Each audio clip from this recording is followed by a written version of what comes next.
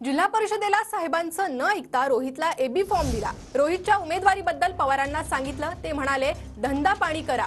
राजेंद्र पवार रोहितचे अपक्ष फॉर्म भरायला निघालेले होते असं अजित पवार यांनी म्हटलेलं आहे। अजित पवारांनी बारामतीमधील भाषणात शरद पवार यांच्यावर निशाणा साधलाय। तर मुलगा घड्याळाचं काम करतो म्हणून शिपाई महिलेला कामावरून काढलं, धमक्यांच्या आरोपांवर अजित पवारांची रोहित पवारांनी नाव न घेता टीका केली आहे।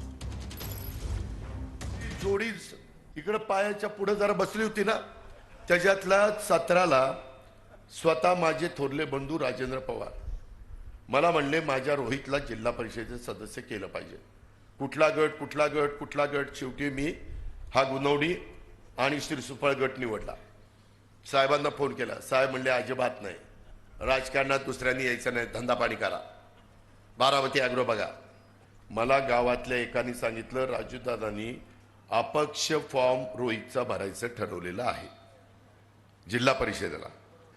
मी साहेबांचं न ऐकता परस्पर एबी फॉर्म तर माझ्याच हातात, म्हणलं धर बाबा भर बाबा, आणि त्याला तिकीट दिलं। एकाने तर काय सांगितलं की म्हणले धमक्या दिल्या जातात। आता कोण धमक्या देतंय? अहो एवढे तुम्ही सगळे बोलताय, गप खाली मान घालून गुमानी ऐकतोय, काही बघितलं का? कोणाला धमकी दिली का?